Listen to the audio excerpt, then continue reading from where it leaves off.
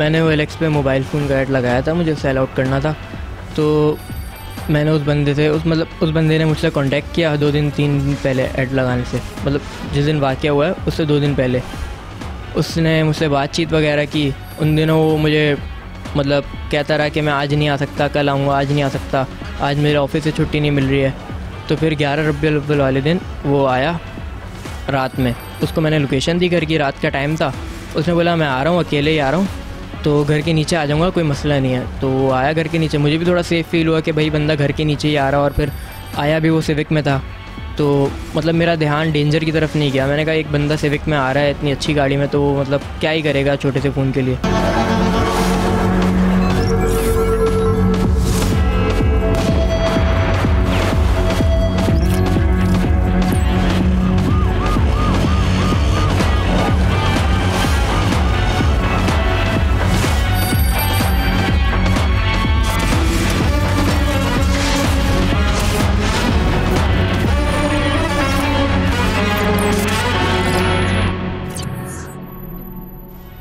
Federal B area का रिहायशी साद यूनुस, जिसने एक मोबाइल फ़ोन बेचने की गर्ज से online buy and sell service पर इश्तिहार पोस्ट किया, जिसके बाद उसका राब्ता हुआ एक शख्स से जिसने अपना नाम शुएब सुमरो बताया। चंद रोज़ राब्ते के बाद साद ने मोबाइल फ़ोन बेचने के गर्ज से उसे अपने घर की लोकेशन पिन कर दी और वो एक काली सिविक में उसके घर आन पहुंचा।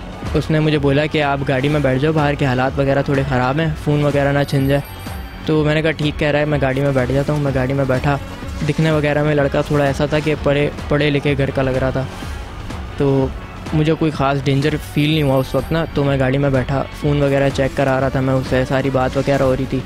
तो थोड़ी देर के लिए मेरी अम्मी की कॉल आई कि छोटा भाई गया हुआ है बाहर, आप उसको ज़रा देख लेना वापसी में। जैसी कॉल कट की है मैंने, तो मेरा ध्यान उस पे नहीं था, मेरा ध्यान अपने मोबाइल की तरफ था, और उसने पीछे से हथौड़े से मारना शुरू कर दिया मेरे सर पे।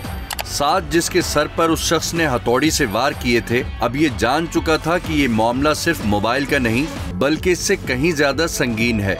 वो शख्स उसे गाड़ी में बिठाकर अपने साथ ले जाने की हर मुमकिन कोशिश कर रहा था। इस टाइम में मेरे हाथ में फ़ोन था, तो मैंने घर पे लोकेशन वगैरह शेयर किया और घर वालों को इन्फॉर्म किया कि भाई किडनैप वगैरह कर लिया, ऐसा कुछ है, और मुझे खून कर दिया पूरा। तो घर वाले काफ़ी ज़्यादा पैनिक हो गए थे, वो लोग भी निकले मुझे ढूंढने के लिए, लेकिन इतनी देर में हम लोग हुसैनाबाद तक पहुंच गए थे। दूसरी जानिब साद इस मौके की तलाश में था कि वो गाड़ी से कूदकर अपनी जान बचा ले। टाके मेरे तकरीबन करीब 40 के आए, और डॉक्टर्स कह रहे हैं कि शुक्र की बात है कि इंटरनल कोई भी इंजरी नहीं है, मतलब स्कल इंजरी नहीं है, कोई भी हड्डी नहीं ब्रेक हुई है, और ना कोई दिमाग वगैरह पे कुछ असर पड़ा है, ऐसा कुछ भी नहीं है। तो बस डॉक्टर कह रहे हैं कि आपको थोड़ा टाइम लगेगा रिकवर करने में, और स्टिचेस का जो उन्होंने टाइम दिया वो मुझे दिया 14 दिन का। साथ साथ उसे इस बात का भी खौफ था कि कहीं ये शख्स उसे मजीद नुकसान न पहुंचाए, या फिर उसके पास अगर वाकई में पिस्तौल है तो कहीं वो उस पर गोली न चला दे। हुसैनाबाद के रोड पे जब वो गया तो मैं थोड़ा सा अंदर से खुश हो गया था कि यार ये जगह ऐसी है ट्रैफिक वाली, या तो मुझे कोई ना कोई देख लेगा, या तो फिर ये होगा कि मुझे मौका मिल जाएगा कम से कम कि मैं गाड़ी से उतर जाऊंगा ट्रैफिक में। तो मैंने मौका देखते ही गाड़ी को अनलॉक किया। उसने मुझे देख लिया गाड़ी अनलॉक करते हुए। उसने मुझे फिर धमकी दी कि अगर आपने कोई भी कोशिश की निकलने की तो मैं आपको जान से मार दूंगा, मेरे पास पिस्टल है लोड हुई हुई। तो मैं वहाँ थोड़ा डर गया कि बंदे ने हथौड़े से मारने में एक सेकंड के लिए भी नहीं सोचा, तो जाहिर सी बात है पिस्टल में क्यों सोचेगा, मतलब मार सकता है वो। तो मैं खौफ आ गया था मुझे कि यार, तो फिर मैं चुपचाप बैठ गया गाड़ी में। हम गए आगे निकले, हुसैनाबाद एंड हुआ है। तो बस फिर मैंने सोचा कि अब मैं अभी भी गाड़ी में बैठा रहा तो भी मरना है, अगर मैं कूद गया तो फिर अल्लाह मालिक है, निशाना विशाना मिस होने का कुछ तो चांस होगा, बचने का चांस होगा अगर मैं कुछ ट्राई करता हूँ तो बस मैंने कोशिश की गरीबाबाद के रोड पे। बस मैं वहाँ से गाड़ी से निकला हूँ, और जैसे तैसे करके मैंने गेट खोला और मैं बस फ़ौरन उतर गया गाड़ी से। इस सारे मामले में साद यूनुस को सर पे शदीद चोटें आईं। इस पर हथौड़ी से वार किया गया था। मैंने उससे पूछा आप काम वगैरह क्या करते हैं, आपका नाम क्या है? उसने मुझे बोला मेरा नाम शुएब सुमरो है। उसके बाद उसने मुझे धमकी दी कि हम एंटी करप्शन के ऑफिस जा रहे हैं, मैं एंटी करप्शन में होता हूँ। तो मुझे तो कुछ भी समझ नहीं आ रहा था कि वो क्या चाह रहा था, और लड़ाई के दौरान मेरे फ़ोन भी गिर गए थे। तो फिर उसने मुझे अपने फ़ोन की टॉर्च दी टॉर्च ऑन की, उसने मुझे बोला कि जो भी मोबाइल गिरे हैं वो सब जमा करो और अपने पास रखो, मुझे तुम्हारे फ़ोन नहीं चाहिए। मैंने उसको बोला भाई आपको फ़ोन चाहिए आप फ़ोन ले लो, जितने भी चाहिए, मेरे पास उस वक्त 3 फ़ोन थे टोटल। मैंने उसको बोला आप तीनों फ़ोन ले लो, बस मुझे उतार दो, मुझे जाने दो घर। उसने बोला नहीं मुझे फ़ोन तो चाहिए ही नहीं, बोला मुझे आप चाहिए।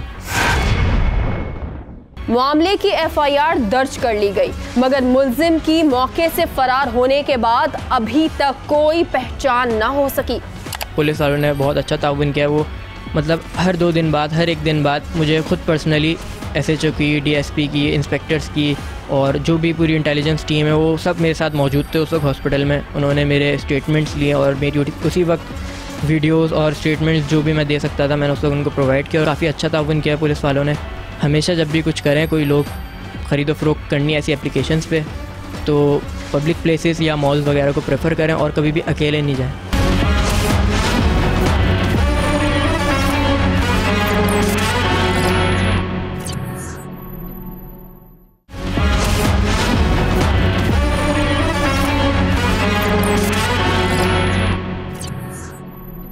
कराची एक ऐसा शहर है जहां पूरे पाकिस्तान से रोजाना लाखों अफराद जरिए मुआश की तलाश में आते हैं और खाली हाथ नहीं लौटते। इस शहर की वुसअत कल्बी की मिसाल पूरे पाकिस्तान में कहीं नहीं मिलती। कराची शहर की अहमियत इस दिल की सी है जो पूरे जिस्म को खून फराहम करता है। मगर कहानी कुछ यूं है कि इस शहर में जराइम पर काबू पाने के दावे वक्ती साबित होते हैं। रवां साल जून में सुरजानी टाउन में वाक़े एक रेस्टोरेंट के पास फायरिंग का वाकया पेश आया। पुलिस तहकीकात से पता चला कि रेस्टोरेंट के मालिक को भत्ते के मैसेजेस मौसूल हुए थे, जिसके बाद ये वाकया उसी की एक कड़ी है। न्यू कराची में कॉस्मेटिक्स के ताजिर के घर और दुकान पर फायरिंग और भत्ते की मांग, भत्ता न देने पर संगीन नताइज की धमकियां, कॉस्मेटिक्स मालिक मुल्क छोड़ने पर मजबूर। इन दोनों वारदातों में लियारी गैंग वॉर का नाम सर-ए-फहरिस्त। रवां साल कराची में भत्ते के तकरीबन 45 मुकदमा दर्ज हो चुके हैं। ऐसा कोई उतना बड़ा नहीं है, जो ग्राफ है जो लास्ट टाइम के हिसाब से पीछे ही है। और ये जो अब्दुल समद ग्रुप है, अब्दुल बसर लाखों ग्रुप है, ये थोड़ा सा एक्टिव था सिटी के इलाके में शुरू हुआ है, फिर न्यू कराची के इलाके में शुरू हुआ है। इनके 2 शूटर हमने फिर उनको हमने मार दिया था, उनके वो जख्मी पकड़े गए थे, तो उससे बड़ा काम कंट्रोल हो गया था। अभी तक इस पर शहर में ना ये एक तो ये ग्रुप काम कर रहे हैं, बसर लाखों, अब्दुल समद, और उसके अलावा क्या कहते हैं आम जाती ताल्लुकात पे दुश्मनी में लोग भत्ता कर रहे हैं। और कोई ऐसा गैंग है नहीं, या कोई मुझसे बाहर कॉल आ जाती है मलेशिया वगैरह से, तो वो गैंग में तकरीबन बस कर दी है हमने। अभी हमारे लिए जो 10 बना हुआ है वो ये बसर लाखों बना हुआ है। ये चूँकि ये ईरान में है, यहाँ पे मौजूद नहीं है, यहाँ पे इसके कारिंदे हैं जो किसी कहने पे फायरिंग कर देते, लोग डर जाते हैं और पैसे दे देते हैं। तो अभी ये इसके लिए हम काम कर रहे हैं, इसके रेड वारंट वगैरह भी इशू हो चुके हैं। इंशाअल्लाह इनको पकड़ के लाएंगे हम, और जो यहाँ के इनका नेटवर्क है वो हमारे नज़रों में, हम उस पर इंशाल्लाह बहुत जल्द बहुत बड़ा क्रैकडाउन करने वाले हैं। CPLC के मुताबिक सबसे ज्यादा भत्ते के केसेस डिस्ट्रिक्ट सेंट्रल से दर्ज हुए हैं, जिनकी तादाद अब तक 14 है। जब ये साल शुरू हुआ तो कोई 10 से 11 रिपोर्ट हुई है केसेस एक्सटॉर्शन के, और उसके बाद अगर आप देखें तो 11 हुए, फिर 4, फिर 9, फिर 5, फिर 7, और एक वक्त था कि 15 से 17 एक्सटॉर्शन के केसेस एक ही जोन से हमारे पास मौजूद थे। बिल्कुल ऐसा हुआ, कुछ पुराने ग्रुप्स थे जो कि एक्टिव हुए थे। उसके बाद अगर आप देखें डाटा को, CPLC के जो एनालिसिस हैं कि 11 से ये चीज़ आहिस्ता आहिस्ता 7, 4, 5, 3, 2, और अगर आप राइट नाउ आप बात करें तो इस वक्त एक केस रिपोर्ट हुआ है। ठीक है, तो ऑब्वियसली अगर आप थोड़ा सा और ऊपर जाएं, अगर आप केस को देखें तो क्राइम के अंदर बेसिकली शिफ्टिंग होती है। अगर आप इस वक्त देखें तो किडनैपिंग फॉर रैंसम ख़त्म हो चुकी है। अगर आप 13-14 के अवामिल की बात करें तो किडनैपिंग फॉर रैंसम बहुत हाई साइड पे थी। उसके बाद डाउन द लाइन अगर आप देखते जाएं तो kidnapping for ransom Aahista Aahista वक्त के साथ साथ ख़त्म हो चुकी है। और अभी पिछले 6 महीने में जितने भी केसेस सामने हमारे हैं किडनैपिंग फॉर रैंसम के, जो कि 365 की एफआईआर कटी हैं, तो उसके अंदर आप देखें ज़्यादातर केसेस हनी ट्रैप के हैं। देखिए, किडनैपिंग फॉर रैंसम का कोई भी ऑर्गेनाइज क्राइम जो कि KFR हुआ करता था वो अब कराची शहर में नहीं हो रहा, बल्कि हनी ट्रैप हो रहा हनी ट्रैप पे मैं बात हम पहले भी कर चुके हैं, हनी ट्रैप क्या है। तो अब हनी ट्रैप ख़त्म हो चुका है, ठीक है। अब हनी ट्रैप को ख़त्म करना है, बेसिकली किडनैपिंग वजह से ख़त्म हो चुकी है, हनी ट्रैप को अब कवर करना है। और वो कच्चे में बुलाते हैं और वो जो भी झांसे आपको देते हैं, आप लोग चले जाते हैं। कभी लड़की का झांसा होता है, पैसों का होता है, प्लॉट का झांसा होता है, सस्ती फाइल का होता है, सस्ती गाड़ी का होता है। वो आपको अपने इलाके में बुला लेते हैं और फिर वहाँ पे आप फंस जाते हैं। तो जब केफर ख़त्म हुआ तो देखिए वो ग्रुप्स थे, वो ख़त्म हुए, वो अब नेक्स्ट पे आ गए, उन्होंने एक्सटॉर्शन शुरू करी। अगर आप देखें तो 15 थे एक्सटॉर्शन के केसेस, राइट नाउ एक केस है। तो पुलिस और इदारे उस पर काम कर रहे हैं और वो फिगर्स आपको शो कर रही हैं कि वो अब एक पे आ चुका है। बहुत सारे शहर में तो बहुत सारी वजूहत हो सकती है।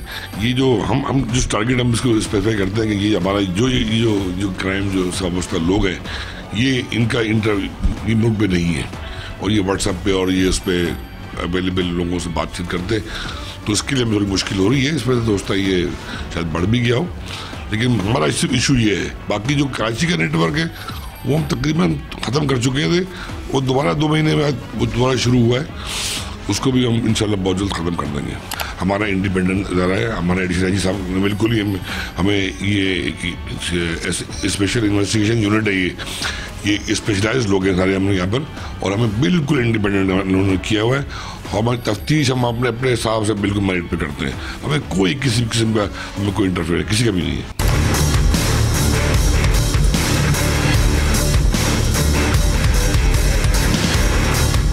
कभी कोई ऐसा साल न गुजरा कि जहां ये कहा जाए कि किसी शहरी के साथ लूट मार ना हुई हो। इसके साथ दीगर और जराइम भी, जो किसी भी मुआशरे के लिए एक बड़ा खतरा है, तसलसल के साथ जारी रहते हैं।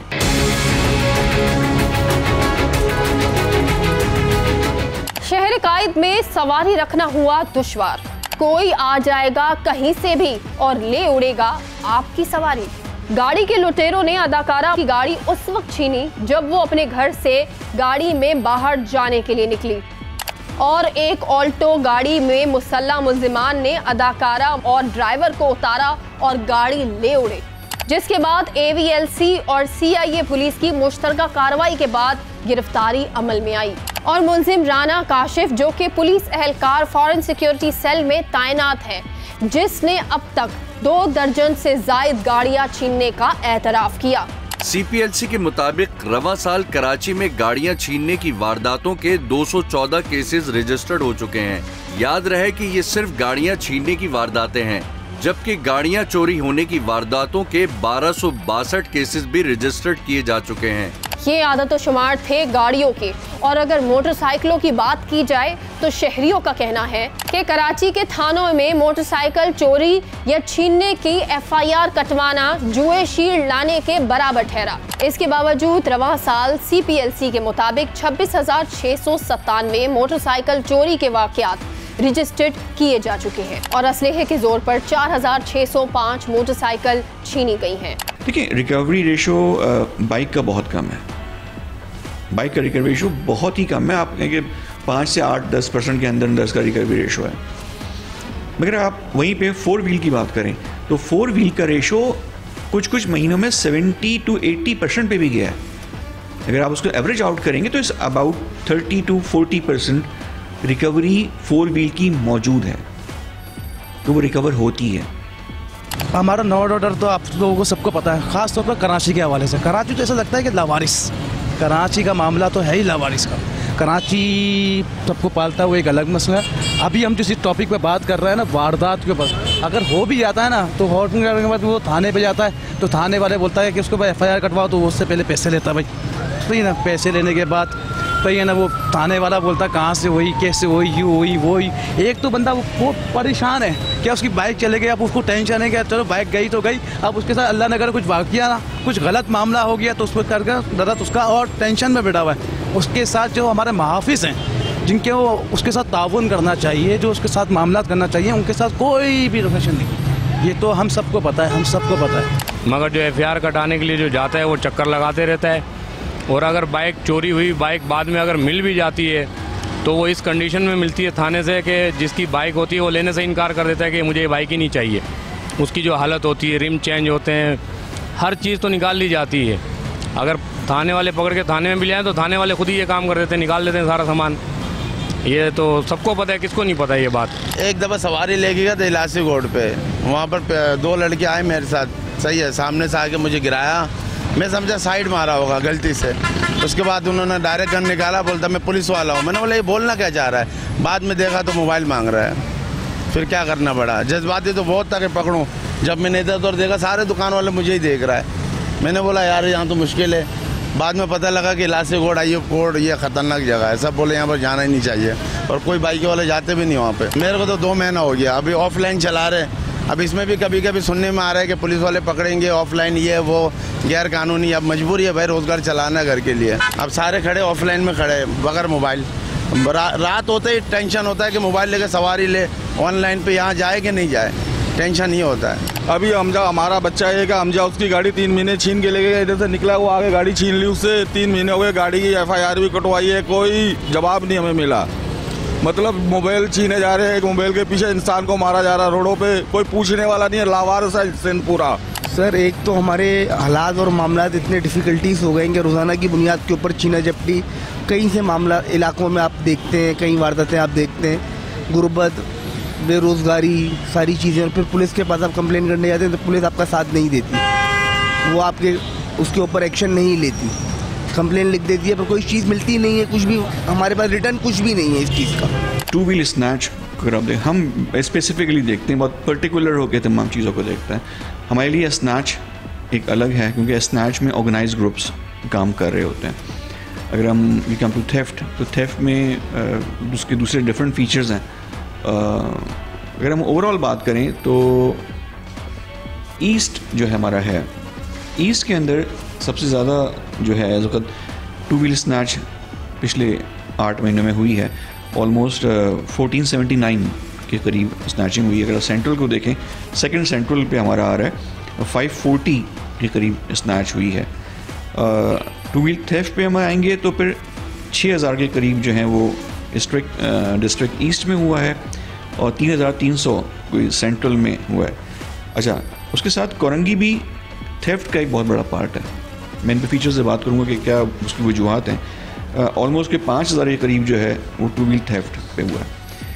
अब मैंने जैसे आपको कहा कि थेफ्ट की अलग उसके रीज़न्स होते हैं, और ये अवामिल हैं, और स्नैच के डिफरेंट अवामिल हैं।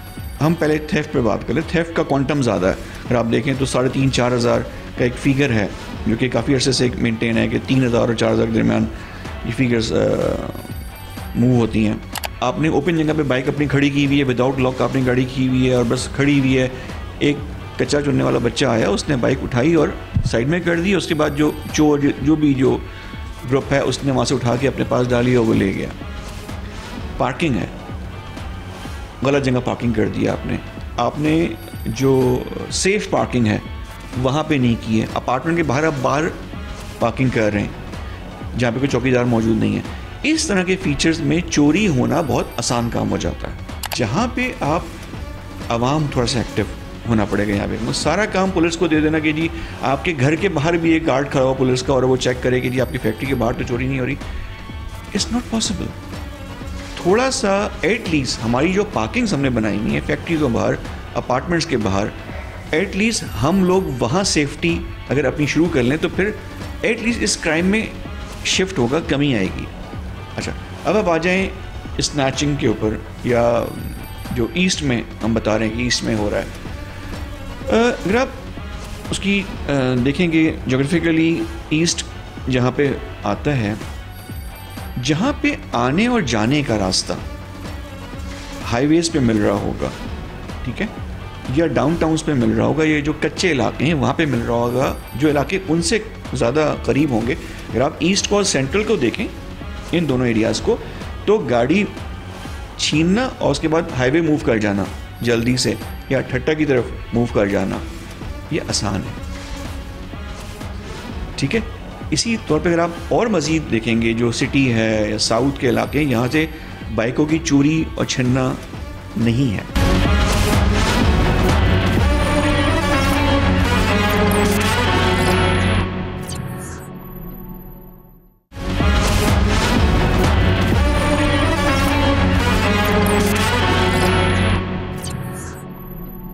शहरियों के मुताबिक मोटरसाइकिल चोरी और छीनने के वाकयात की FIR में रुकावट इस शहर के थानों का मिजाज बन चुका है। तो मोबाइल फोन की क्या वक़्त? शहर में असलहे के जोर पर मोबाइल फोन छीनने की तादाद का अंदाजा लगाना भी मुमकिन नहीं। हाँ, जो मुकदमे दर्ज हुए उनकी तादाद 11,671 है। अभी रिसेंट मेरे साथ वाक़या हुए, मेरे फ़ोन्स वगैरह छिने उसी रोड पर, मेन शाहरा आयशा मंजिल के रोड पर, लेकिन कोई पुरसाने हाल नहीं है। वहाँ पर पुलिस की मोबाइल भी होती थी, उसके बाद थाने पर जाओ, उनको कंप्लेन करवाओ तो वो बोलते एप्लीकेशन लिखवा कर लाओ, एप्लीकेशन सबमिट करवाओ, मतलब वो फ़ोन नहीं हो जाता, ऐसा लगता है कोई प्रॉपर्टी के पेपर है। अब आप बताओ इस पर बंदा क्या बोले। CPLC के आदाद-ओ-शुमार के मुताबिक रवां साल शहरियों से 11,268 मोबाइल फोन छीने गए।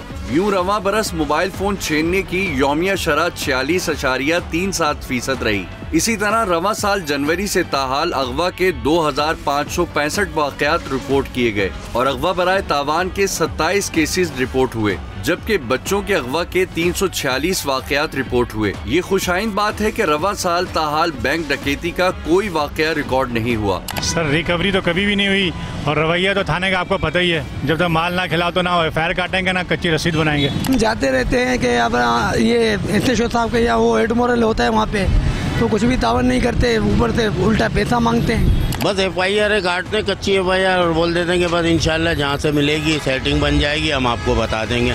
जहाँ से भी मिली अपना जो है, कभी कहीं का बता देते हैं, कभी कहीं का। बस लोग आना जाना करते हैं, जब वो 15 दिन 20 दिन परेशान हो जाते हैं तो वो खुद आना जाना छोड़ देते। जाहिर है काम करने वाला मजदूर तबका जो है वो कभी भी ये नहीं चाहेगा कि 15-20 दिन थाने के चक्कर लगाए, अपने घर को उल्टा थोड़ी करना उसने। भाई कुछ भी रिस्पॉन्स नहीं है। मेरी खुद गाड़ी गई है अभी तकरीबन 6 महीने पहले, 0 मीटर गाड़ी घर के नीचे से ले गए। मैंने जाके FIR कटवाई है, सही है, FIR कटवाई है, FIR भी पक्की नहीं काट रहे हैं, ठीक है। कच्ची FIR काट दी इन्होंने और FIR काटने के बाद बोल रहे हैं गाड़ी मिल जाएगी, हम आपकी FIR नहीं काट रहे, मिल जाएगी, आप ढूंढते रहें। तो कहाँ ढूंढे, मुझे पता, कौन ढूंढेगा? कोई पूछने वाले। सिंध के हालात बहुत बुरे हैं, इतने बुरे हैं यकीन करो, बस मजबूरी के तहत इधर रह रहे हैं हम। कोई पूछने वाला नहीं, लावारिस हो गई है पूरी सिंध, हमारी कराची तो खास तौर पे लावारिस हो गई है। सिर्फ इस बात पे नहीं, ये भी आपकी कंप्लेन रजिस्ट्रेशन है ना, FIR रजिस्ट्रेशन CPLC के कामों में से एक काम है। अगर आपकी FIR कहीं रजिस्टर नहीं हो पा रही, कोई थाना FIR रजिस्टर नहीं कर रहा, आपकी कंप्लेन रजिस्टर नहीं कर रहा, तो उस सूरत में जो CPLC के 7-8 ऑफिस कराची शहर में मौजूद हैं, सिंध भर में मौजूद हैं, वहाँ पे आपने आना है और अपनी कंप्लेन रजिस्टर करवानी है और वो रजिस्टर होगी, आपकी कंप्लेन भी रजिस्टर होगी। इसके बाद अगर FIR कटवानी है तो FIR भी आपकी कटवाई जाएगी। इसमें आम आवाम CPLC के ऑफिस में आए और आके अपनी कंप्लेन रजिस्टर करें। देखिए, असल में आपका काम, एक आवाम का काम CPLC को बताना है कि ये मेरी कंप्लेन है। जैसे मैंने पहले कहा कि अगर रजिस्ट्रेशन ऑफ कंप्लेन हो चुकी है तो आप सेफ हो चुके हैं। हमारा कंसर्न पहले आपकी सेफ्टी है, फिर आपकी इमलाक की सेफ्टी है। अगर रजिस्ट्रेशन कंप्लेन हो चुकी है तो फिर आप सेफ हो गए और बाद में जो आपकी अमलाक है उसको ढूंढना है, उसकी रजिस्ट्री करनी है, थानों को बताना है, पुलिस को इन्फॉर्म करना है, जो और इदारे हैं उनको इन्फॉर्म करना है कि ये चीज़ चोरी हुई है, इसको ढूंढना है, जो उसका कंसर्न इदारा है उस तक वो डेटा पहुंचाना है। तो एक आम आवाम ने अगर पुलिस नहीं कर रही है तो फिर आपने CPLC ऑफिस में आना है और वहाँ पे आके अपने डॉक्यूमेंट्स सामने जमा कराने कि ये हमारे डॉक्यूमेंट्स हैं, ये चोरी हुए थे, काइंडली इसको रिकॉर्ड का हिस्सा बनाया जाए। वंस वो रिकॉर्ड का हिस्सा CPLC का बन गया तो automatically next morning CPLC police का डाटा शेयरिंग करती है। नेक्स्ट डे वो डाटा शेयर हो जाएगा पुलिस के साथ और वो पुलिस का रिकॉर्ड का भी हिस्सा बन जाएगा। कुछ नहीं होता सर, सब्र करके बैठ जाते हैं। अभी 1.5 महीने पहले मेरा सेलफोन छीना है, सही है, अगर एड्रेस बस पूछोगे तो वो भी बता दूंगा। एक बंगले के अंदर से बंदा अंदर घुसा है और दूसरे गेट से बाहर हो गया है। मैंने CPLC पे खैर कंप्लेन दर्ज करवा दी है लेकिन अभी तक कोई एक्शन नहीं लिया गया। वो कह रहे हैं हमारी तरफ से जो है ना सर्विस बंद है, आपका ना मोबाइल ट्रैक कर सकते हैं, ठीक है, ना हम आपका मोबाइल बंद कर सकते हैं, हमारे पास कोई सहूलत मौजूद नहीं है।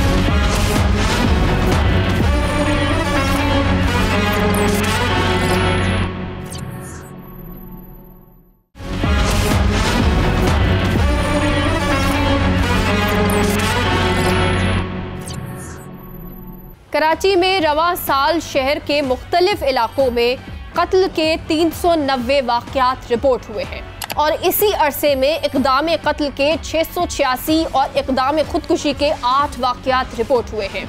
कराची में साल 2025 के इब्तिदाई 8 माह में स्ट्रीट क्राइम के 43,000 से ज़ायद वाक़यात रिपोर्ट हुए हैं। इन वाक़यात में हाईवे पर डकैती और राहज़नी के 3, घरों में डकैती और राहज़नी के 135, दुकानों पर डकैती और राहज़नी के 92, जबकि डकैती और राहज़नी के दीगर वाक़यात के 1882 वाक़यात रिपोर्ट हुए।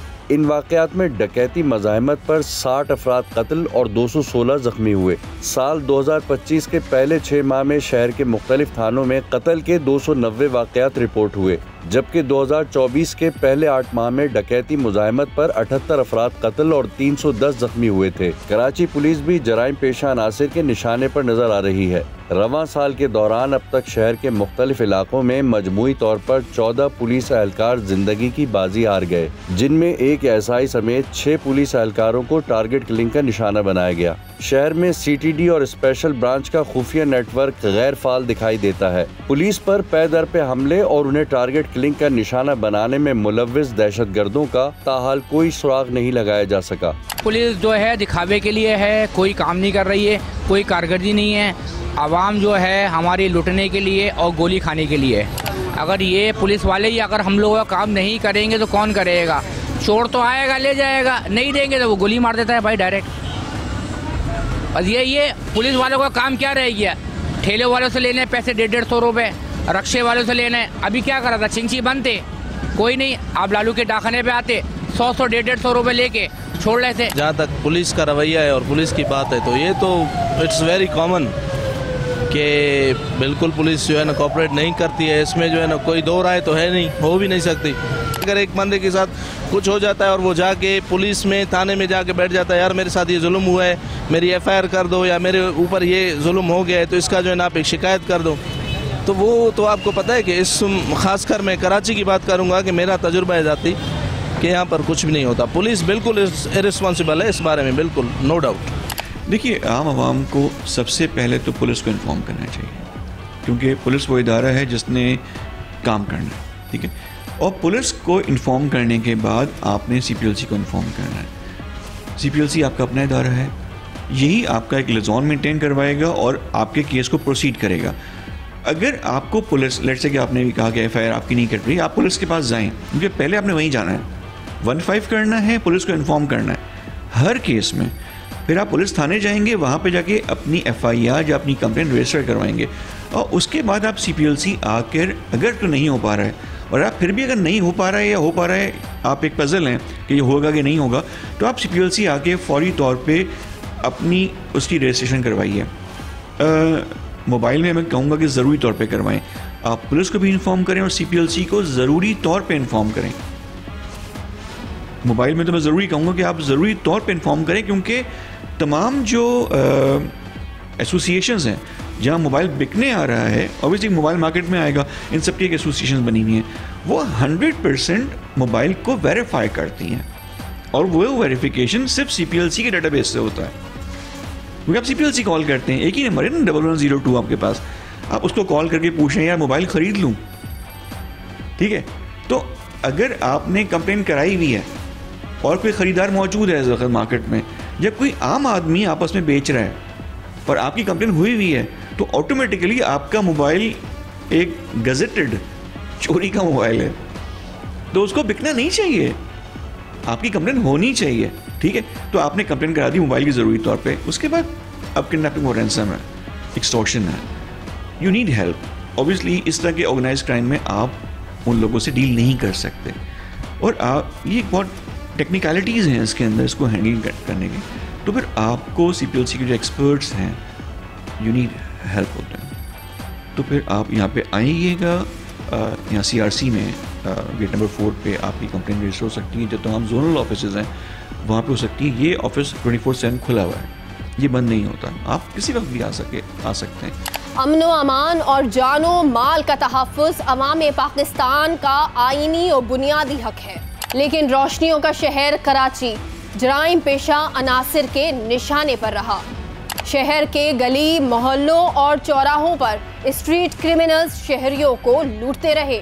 लेकिन पूछने वाला कोई नहीं। बिलाशुबा शहर कराची चारों अतराफ से जराइम के सैलाब में घिरा हुआ है। टीम गिरफ्त के आज के एपिसोड का बुनियादी मकसद यही है कि अरबाबे इख्तदार और साहिबाने इख्तियार की तवज्जो शहर कायद की जानिब मबजूल कराई जाए और होशरुबा जराइम के आगे बंद बांधा जाए। जब तक अवाम के जानो माल के तहफ़्फ़ुज़ को यकीनी नहीं बनाया जाता, टीम गिरफ्त अपनी सहाफ़ती जिम्मेदारियां पूरी करती रहेगी। अल्लाह हाफ़िज़।